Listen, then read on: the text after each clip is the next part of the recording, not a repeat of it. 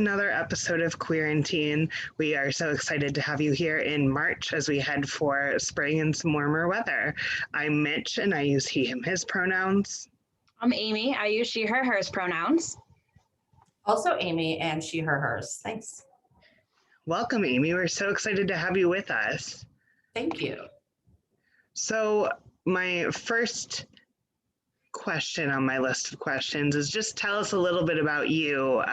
What is your new title and role? And also, how are you connected to the LGBTQ program? So I am the researcher writer for the Diversity, Equity, and Inclusion Office for Rochester Regional Health. I just moved into that position on February 1st. New position, new office. So we're really getting some things off the ground as a health system. Yeah, and how am I connected to which program? The LGBTQ program here. Oh, I founded it. Yeah, just a little thing. Yeah. Awesome.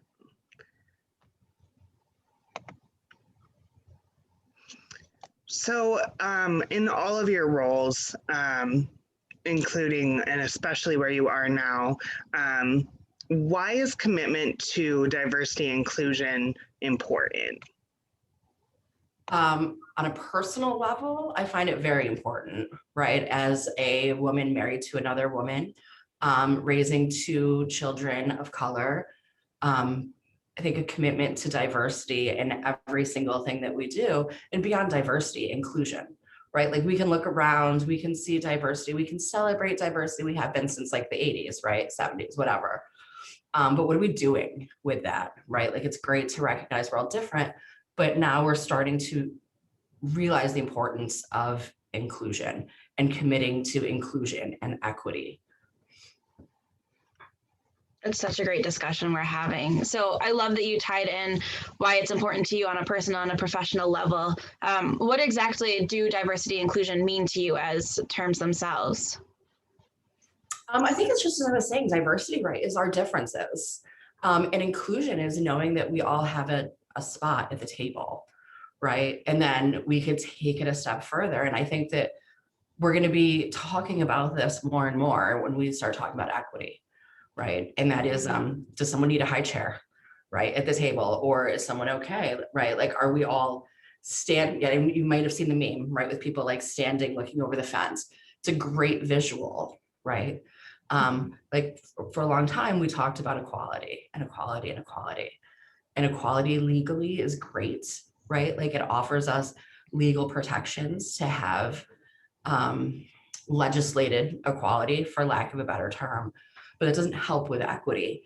And I think especially in the last year, we have seen a spotlight has just shown on health inequities, right? Like it is shown on the disparities that are experienced by Black and Brown communities, by the LGBTQ plus community, and most vulnerable LGBTQ plus community who are Black and Brown, right? Like that intersection. And it's a public health crisis at this point. Absolutely is. So I love hearing you talk about the way that you want to build that equality and equity and inclusion, because it's definitely a passion point for a lot of people, and a lot of people get into social work and the lines of work that you're doing because we have a lot of passions, and there's not a lot of places we can funnel them except for to do this advocacy work and really work on overhauling the system. So what part of your work really lights up your passion the most?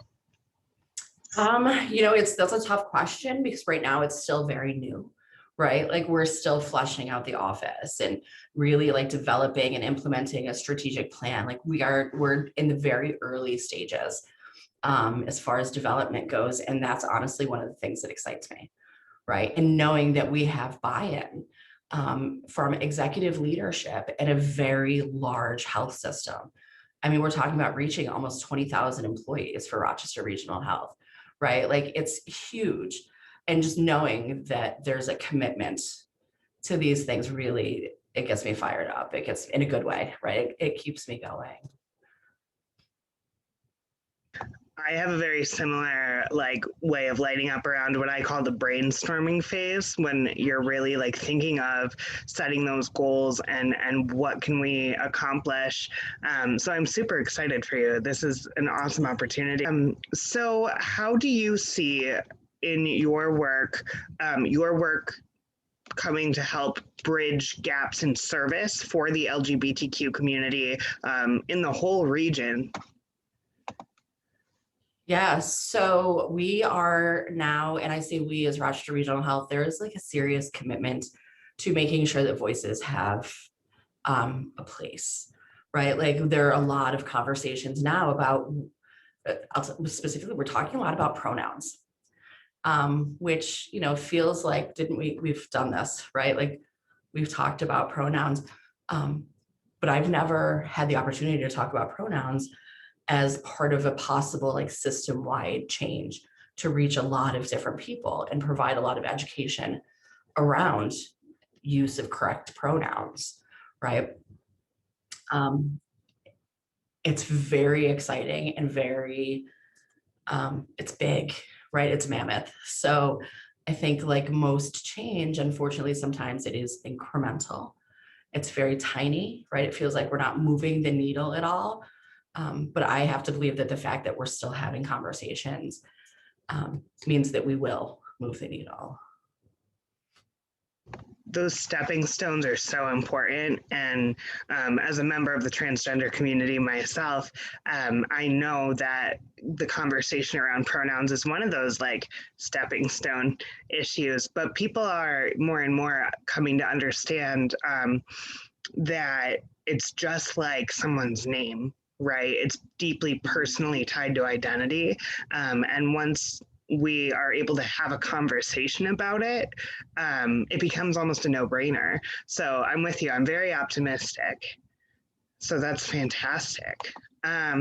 When I was your intern, one of the things that I took away from working with you was the incredible importance of including allies in our work and celebrating our allies as well. So how do you now cultivate allyship in the work that you do? Great question. And I have not changed my beliefs on the importance of allies, just so you know. I'm sure I hammered this into your head as my intern. I'm so sorry. But the reality is that we know that allies can reach people that we can't as community members, right? I think the fact that nationally there's a lot of conversation now about how to be a good ally to historically marginalized and oppressed groups, right? Like we talk a lot about like, what does it mean as a white person to be a good ally? What do I need to do? When do I need to shush and listen? And when do I use my privilege to stand up and advocate? Those are conversations that I continue to have. That's education that I try to continue to provide. And I don't see that stopping anytime soon. We definitely see allyship as an action word. Exactly. Yeah. Yeah, we love talking about that because, you know, it cannot be understated how important allyship is in doing this work and across the board doing any sort of advocacy work or any sort of work that really talks about intersection between people and cultures and communities. But that allyship is always sort of there just beneath the surface simmering. So I love hearing the way that you're bringing that to Rochester Regional and the way that you cultivated that when you were here in our positions. So I know before we started recording, we were talking a little bit about what Pride is going to be looking like this year because it's been a little bit different the last couple of years with COVID. But we want to know how you celebrate Pride just in your everyday, day-to-day life. Oh gosh. You know, I don't know that I think about it, and that might be the best way to celebrate for me, right? Like, I think because I'm at a point, fortunately, with my personal professional identity, that I get to take those things for granted a little bit and not celebrate Pride all the time. I've certainly been known to constantly have a flag hanging at my house. You know, I can't imagine not having a rainbow flag where I live at this point, which is a very small way for me to demonstrate my pride. Seeing those flags and seeing those markers of pride in the community, though, it cannot be understated. I know my partner and I, anytime we drive by a business, if we see a rainbow flag or a sticker, we're like, oh, we're safe there. We know that we're welcome here. And I think that's a really great way to celebrate pride. And it really talks about that synthesis we always talk about when we're doing our trainings, and we're talking about the coming out model, right? Where we've just taken that and now it's a part of who we are, and it's something that we can celebrate openly, but it's also something we can celebrate privately, and we know that that's who we are, and we're super excited about that. So that was a really very thought out answer. Well, thanks. Yeah, you're welcome. I think it's important too to really encourage other people if we're going to talk about, like, you know, the coming out model. I am always honored when someone comes out to me, right? Like, and especially if it's a younger person, of course, because I'm a licensed social worker, right, by education and license, I am going to have conversations of like, is this safe, right? Like, are you okay? And I should, you know, I kind of laugh, but we know that that's still reality, right? Like, who knows? Are you okay? Is this dangerous for you? And then, you know, I love to do the celebration part. Yeah, Right? I remember this very Yay. well. Yeah, I think it was a conversation with you. It was one of the first times that I really like owned my name, my real name. I think you were one of the first people who referred to me as Mitch. And the way that you always cultivate that welcoming environment and have those conversations to make sure that people are safe, like, as now someone who has kind of come to the other side of the circle, providing those opportunities to the youth that we serve, to talk through that. I totally appreciate the way that you modeled that for me, in my own journey. Thank you. That you're going to make me cry a little bit in a very sincere way. Thank you. Huh. I think that that's one of the coolest things about doing this work as long as I have, right? Like, so Yeah. I've been at this for, I'm going to date myself, over 25 years, right? Like, I started when I was like 17 or 18. And being able to not even just witness, but be a part of someone's journey is such an immense privilege. Like, Mhm. I can't say that enough. Absolutely.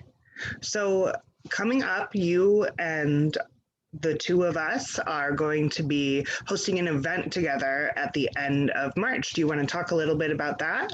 Yeah, I would love to. So, as the vaccine for COVID started coming out into the community, Rochester Regional Health really jumped on it and looked at what can we do, right, as an organization committed to these things that we're saying we're committed to. So we're saying we're committed to health equity. We want to address health disparities. So what are we going to do? How are we going to educate the community about the vaccine? And they started, I say they, it's my manager and the system vice president for diversity, equity, inclusion, or both of them, started community conversations, right? And so knew that we had to reach, largely Black and Brown communities, and how are we going to do that? So they actually started partnering with churches to like host a community conversation. And I say host, and really all the heavy lifting is done by Rochester Regional. It's just basically like get us in front of people so that we can provide accurate information for you to take back to your healthcare provider. Like, we don't have any skin in the game as far as like, do you or don't you get vaccinated? I would say on a personal level, I do. Like, please get vaccinated. As someone who just spent the pandemic as the social worker in an ICU, please, right, get vaccinated. But as a system, we just want to provide education. So when we start talking about the impact of COVID-19 on, again, I'm going to use the phrase historically marginalized and oppressed communities, we would be remiss if we didn't also do specific outreach to the LGBTQ plus community. Right, like the MAP project just released a bunch of data. They just published a bunch of data in February. So we know that our LGBTQ plus community is getting hit hard in COVID. Economically, we're taking a bigger hit, right? Like our healthcare, we're taking a bigger hit. So we are very excited to be able to bring this conversation out into the Finger Lakes. Because, we're out there, our health system is out there, the Eastern region, and we want to make sure that no one feels forgotten or left behind, right? I really appreciate too providing that opportunity to give people a platform to get just the honest and accurate information in a way that's not trying to influence their decision in any way is so awesome, because that way people can make their decisions in an informed way. So that's fabulous. And so we will be hosting a community conversation via Zoom on March 23rd. That is right. Yes, at 6 p.m. To talk about just, again, the vaccine, what the process is like. And during that time, if there are questions that we can address with your team. Please, yeah. For that, yeah. Oh, for sure, yeah. I mean, we'll have some of our experts, right? Like, I'm going to give a little spiel, sort of about the history with our community in medicine, and it's not pretty, right? Much like the African American community, the Latinx community, like it's not pretty, and we need to say it. Right? Like, I don't think that we can run from it. I don't think we can hide from it. I think we need to acknowledge it and say, okay, we understand that this is where hesitation might be, right? However, here's the information that we have. And then again, please take it to your provider, right? Like, take this information to your provider who knows you, right? Like, if they know you, work it out with them. Yeah. What would your advice be for people who are in the LGBTQ community that don't currently have a set medical provider? I would say, please, let's try to find one. Yeah. Right. I mean, let's try to find someone that is knowledgeable and that you feel safe with and that you can connect to. The reality is preventative health care now can make a big difference later. That said, I also understand what some of the hesitation is. Forget sexual orientation for a second, but as a person of size, like a larger person, I've had a ton of hesitation with providers, right? And like, I don't want to go to the doctor because I don't want to be told I need to lose weight. I know that already, right? You're not helping me, right? Like, I don't want to go have an annual physical because I'm just going to walk out feeling bad about myself. And those are just small little things, right? So I think that being able to find that provider, shameless plug for RRH, but we do have like a provider match feature. Oh, that's awesome. Yeah. So, and it's, things like, what are you looking for, right? Like, I'm going to get the flu shot never. Thank you so much. Because I just, it's, people have their own things about medical care, and being able to bridge that gap, finding mental health care. Psychology Today is really good about letting you put in, I'm looking for a lesbian therapist because I myself am a lesbian, or whatever it is you're looking for, you're able to sort of pigeonhole that. And I medical care should be the same exact way, where I'm a woman who doesn't feel comfortable going to a man, or I'm a man who doesn't feel comfortable going to a woman. So there's my first thing to knock that down, right? I think it's just so crucial to be able to provide that allowance for people. And it's amazing that Rochester Regional is able to help bridge that gap, because it is something that's so necessary and so crucial. Right at me right now. I'm so sorry. That is okay. No worries. I had no idea that existed. So I'm really excited that we're able to bring that into our community now. So thank you. As someone, I I lost my primary care provider during COVID, left the practice, and I then had to figure out who I was going to switch to in the practice. And the screening process and trying to align was just, for me, literally asking the nurses who was and wasn't going to give me issues. Right. Really, that was the conversations that I was having with the staff. And luckily, they're all really doing their best to learn, and they've been with me through my transition, and we've learned and taught each other, despite it not being something that was really familiar for that practice prior to that. So I applaud them. Get it. Awesome. Thanks so much, Amy. And again, thank you for taking the time to join us for an interview. It's so great to see you. Yes, thank you for asking me. It was fun. I miss the work that you guys are doing so much. Well, you're always welcome at Pride. Well, thank you. I know that's why I've got so many questions about what is happening and how that's looking. And I'm excited to know that COVID hasn't stopped your work, right? Because this is the other thing, that this more data that was just released by MAP, like we know that it's had a huge impact, right? Like we've seen locally other programs fold. Communities that were, very organized for decades are suddenly like, what are we doing, right? Like who's leading the charge? So I'm glad that that's not the case. We just had this conversation yesterday about how for us it was sheer willpower that we know how much Pride means to the community. And so we were going to find a way.